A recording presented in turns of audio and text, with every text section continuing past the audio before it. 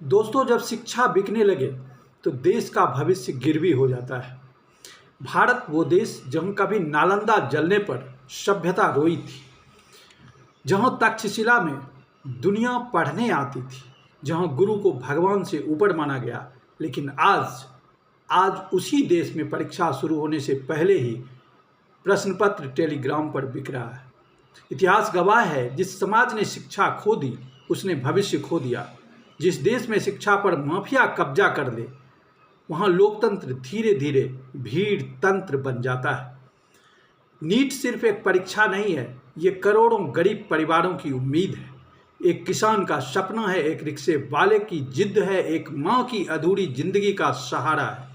लेकिन आज छात्र किताबों से नहीं, सिस्टम से हार रहा है। हर साल वही कहानी, पेपर आउट, जांच कमेटी, गिरफ्तारी, परीक्षा रद्द और फिर अगला घोटाला तैयार।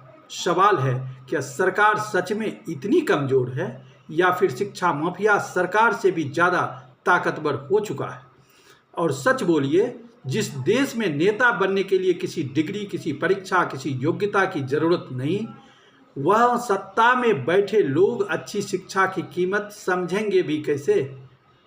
चीफ मिनिस्टर बनने के लिए परीक्षा नहीं, प्राइम मिनिस्टर बनने के लिए डिग्री जरूरी नहीं, मंत्री बनने के लिए विषय का ज्ञान जरूरी नहीं, लेकिन एक गरीब बच्चे को डॉक्टर बनने के लिए 17-18 घंटे पढ़ना पड़ता हो। विडंबना देखिए कि देश में पढ़े लिखे लोगों का मजाक उड़ाया जाता है, अर्थशास्त्री का मजाक उड़ाया जाता है, वैज्ञानिक सोच का मजाक उड़ाया जाता है, शालीनता का मजाक उड़ाया जाता है।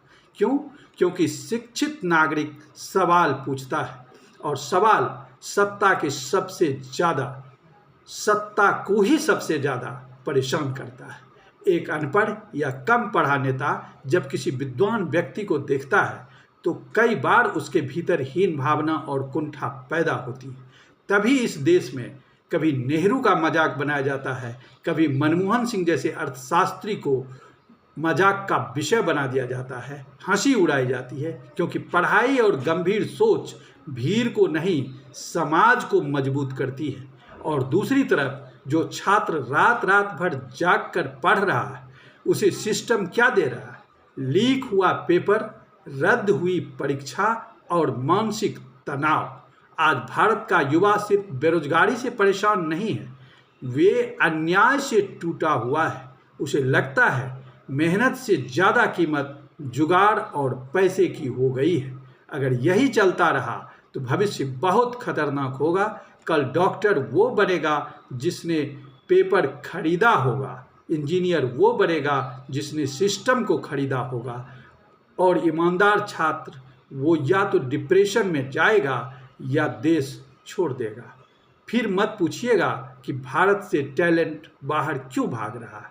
याद रखिए, जब शिक्षा पर भरोसा टूटता है तो सिर्फ परीक्षा नहीं टूटती, पूरे राष्ट्र का चरित्र टूटता है।